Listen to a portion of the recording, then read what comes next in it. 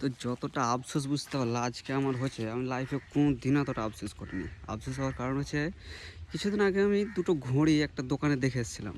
তখন আমার কাছে পয়সা ছিল, বাট আমি কিনিনি সেই ঘড়িগুলো। আমি ভাবলাম থাক, কিছুদিন পর আসবো দিয়ে নিয়ে যাব।